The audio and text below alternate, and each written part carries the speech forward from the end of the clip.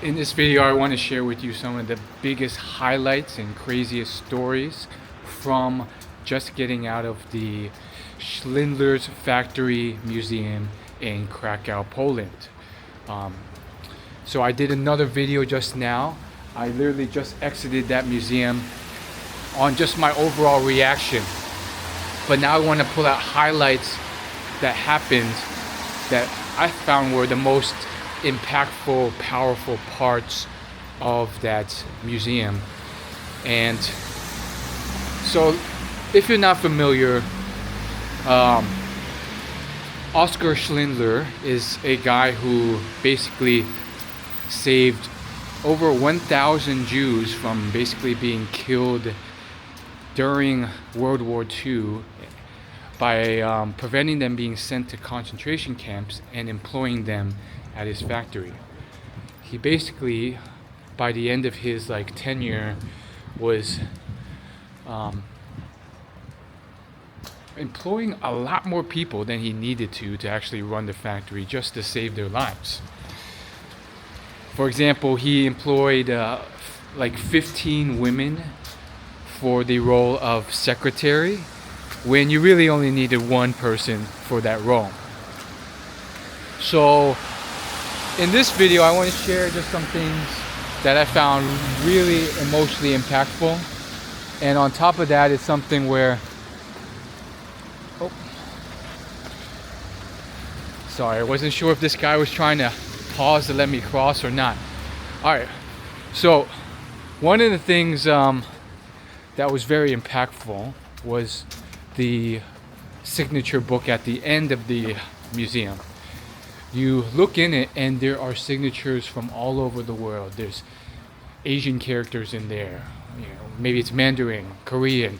There's people from Spain, Greece, all over the world signing the book saying never again, peace be with us, and so forth. So that was very powerful to see how many people these tragedies impacted or influenced, including people who had nothing to do with the war, who are in countries where it did not impact.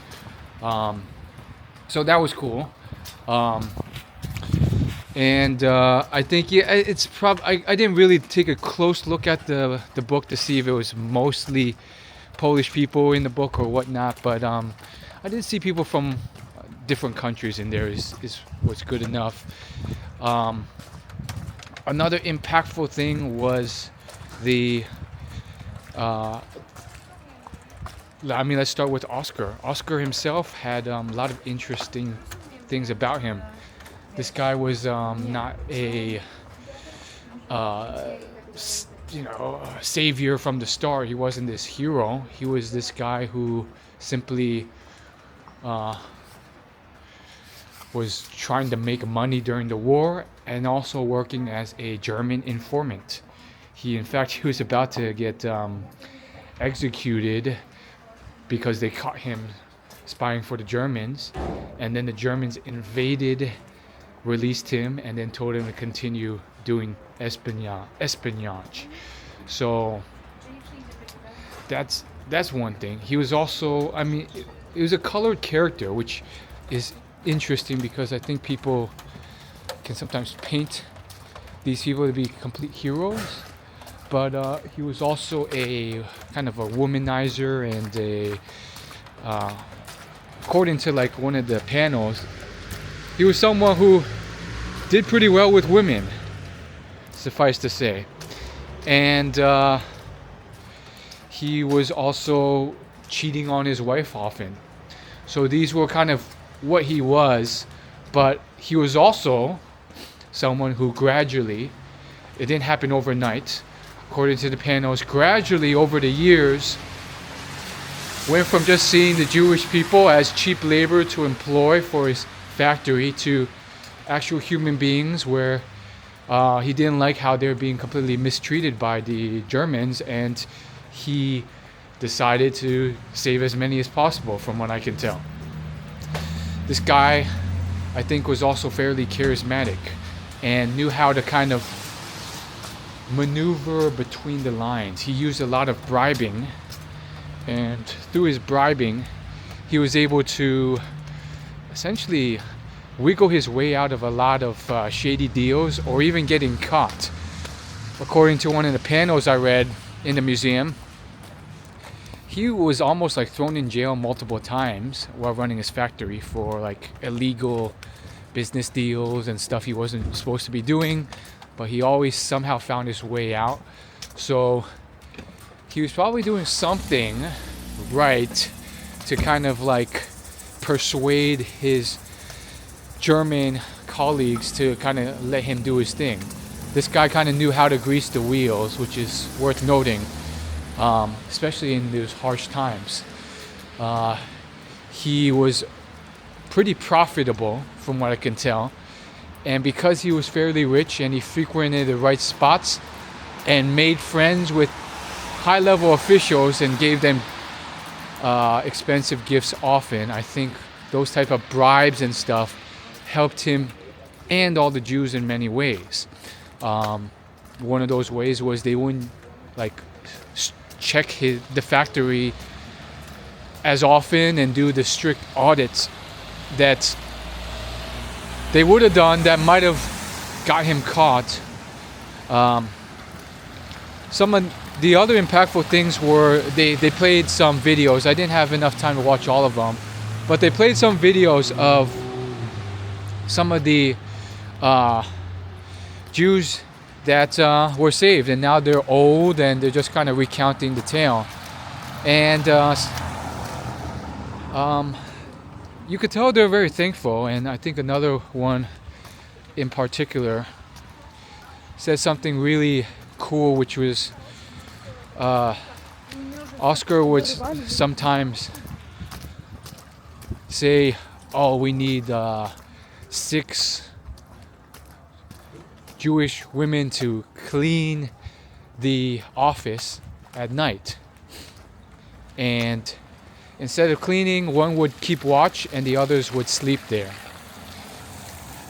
And Oskar knew that they were doing this, but he did it anyways to give them basically a place to, I guess, sleep and be comfortable. She didn't go into too much detail as to why, but by inference, I think it was pretty crazy at that time. So the living conditions were harsh. If you were Jewish, you were in a ghetto, sharing a room with multiple other families. It was cramped, it was dirty, it was not that comfy to sleep in, so that gave them some more comfort. If you weren't in the Jewish designated ghettos, you were sent off to a concentration camp to be worked to death or put to death once you stopped working effectively. So really sad stuff. Another kind of impactful thing was basically when the Soviets came towards the end of the war. So apparently, I read in a panel, and one of the people there mentioned it too,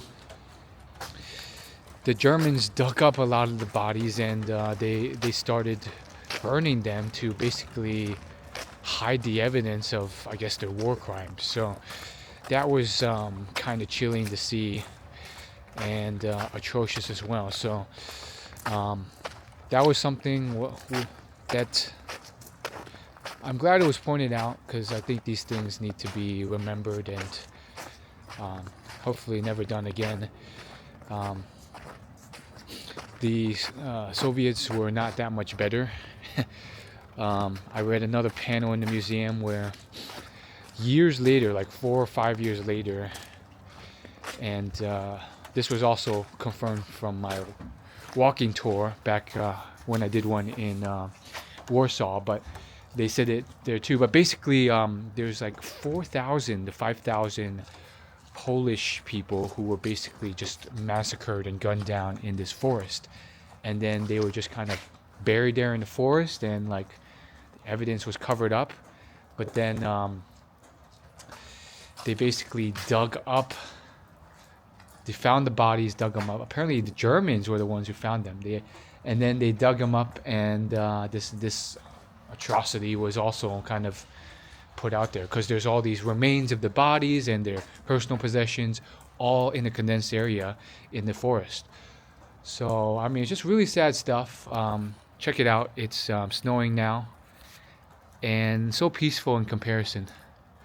I think I'm very grateful to be born where I am and in the time I am, where I don't have to uh, worry about that stuff and worry about being put into those harsh situations or scenarios. I remember reading in that book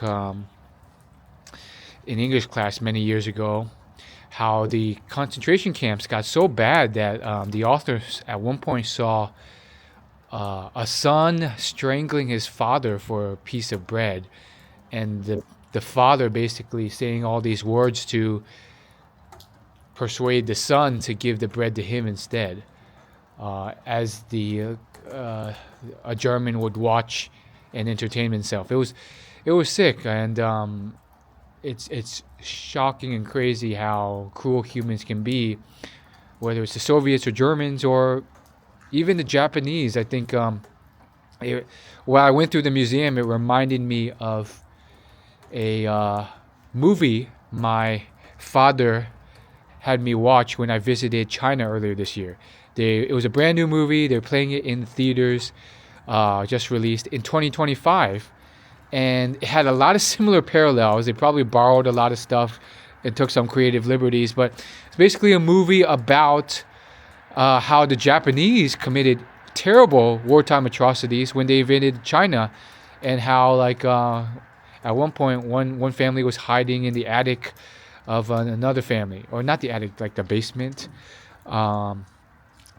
So it was very similar, and the movie took some basic creative liberties. I don't know if it was actually what happened, but there's horrible scenes in there of the Japanese just basically doing terrible things, and that included rape and like just like treating the Chinese like filth, killing a baby just for crying because that annoyed the Japanese soldiers. And you just wonder how can people be so cruel, and how can people get to such levels of extremity. And I guess it just stems from this kind of inclination to discriminate or think less of a certain ethnic group or type of people, and think of them as lesser than or not even human. And that seems to be the theme that just leads to all sorts of cruelty. But I could talk about this for ages. Point is, really powerful moments in that museum. Really happy I got to see it. And yeah, those were some of the big, most powerful moments. There's a few more I'm missing that I can't remember right now, but there's some big, powerful moments in the museum. I learned not just about the people in the factory, but I would say 90% of that tour was more about the history of the World War and Poland's involvement, which I wasn't familiar with. Turns out Poland was very much involved. It was right in the middle, right between Russia and Germany, so it had a lot to do with it. And even the Poles were like harshly treated, not as much as the Jews, but still so, and it was really tough.